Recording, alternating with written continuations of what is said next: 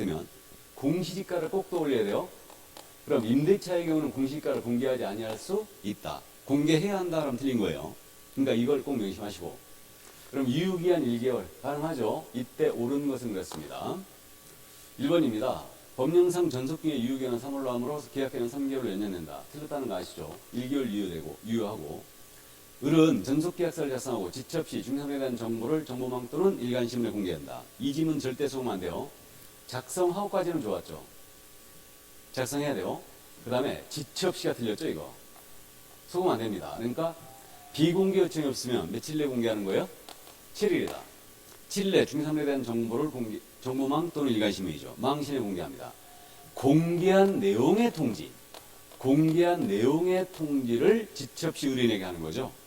그래서 착각하시면 안 됩니다. 공개는 7일 내에 한다.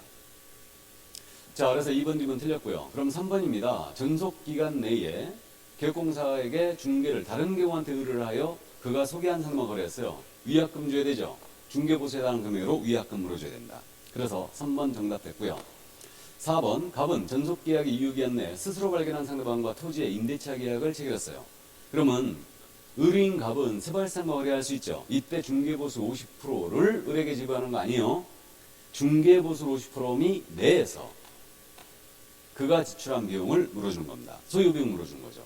그래서 4번 질문 틀렸고 5번 질문 을은 갑의 비공개증이 없는 한 토지의 공시가를 반드시 공개해야 한다. 틀렸죠?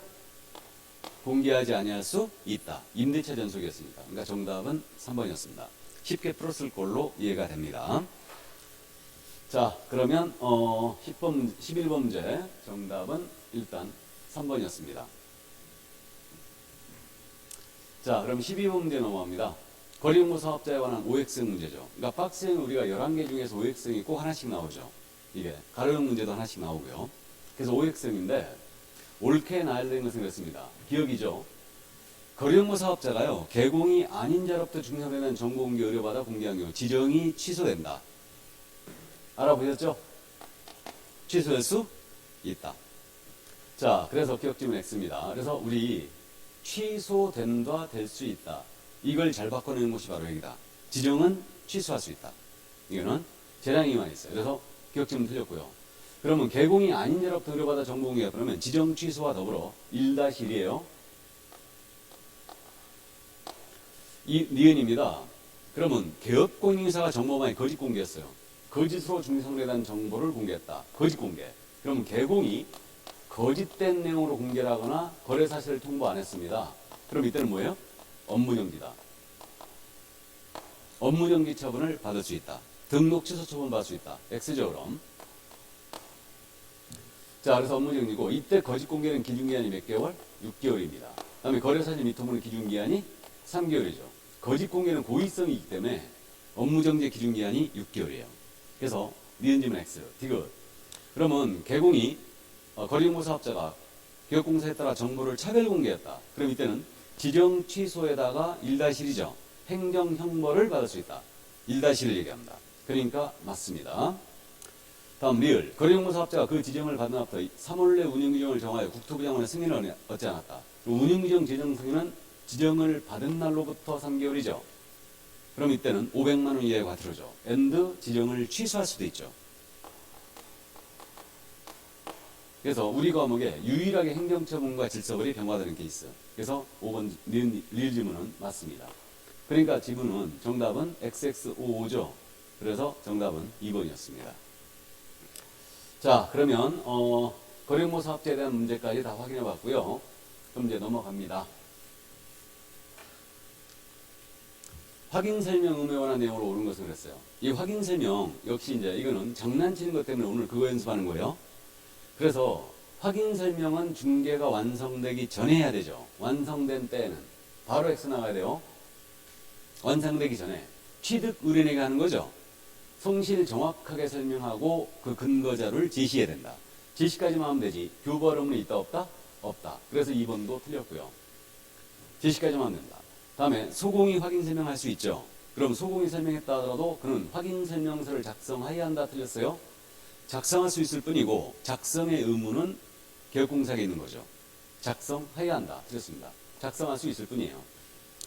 다음에 4번 질문입니다. 건재당이 잡혀 있어요. 그럼 채권 최고의 브리핑 나가야 되죠. 근데 실제 피담보채 매매는 아니죠. 실제가 나오면 아니다. 그러므로 맞았습니다. 4번 질문은 실제 피담보채 매매는 설명할 의무가 없다. 자, 그래서 4번 정답 됐고요. 5번입니다. 중개사물이 상태에 관한 자료 요구에 대해 중개의뢰인이 불응을 했습니다. 취득은행에 설명해야 되죠. 설명도 하고 엔드죠. 설명을 하고 설명서에 기재도 해야 되죠. 기재할 필요 없다. 틀렸습니다. 그래서 정답 4번이었어요.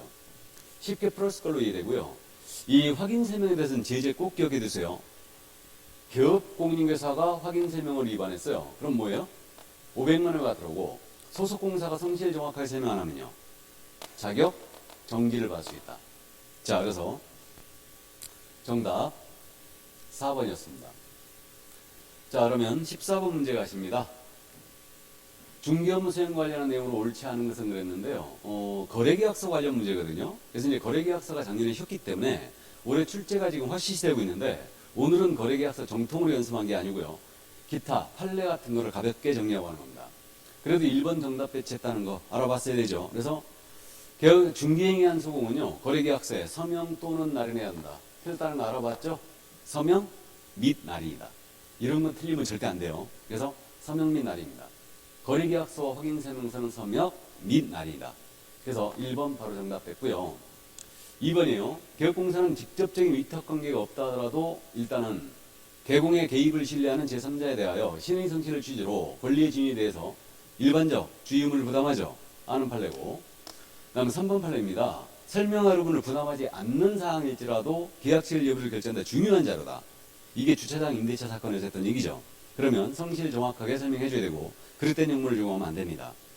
그 다음 이제 4번 질문입니다. 이거 제재 꼭 기억해야 되죠. 개업공인중개사가 거래계약서의 거래명을 거짓 기재했거나 이중계약서 작성했어요. 그러면 임취죠. 근데 이 행위를 소공이 했을 때 어떻게 되느냐. 거짓 기재나 이중계약서를 소공이 하면 자격 정지라는 거. 이걸 잘 물어봐요. 자격 취소 아니에요.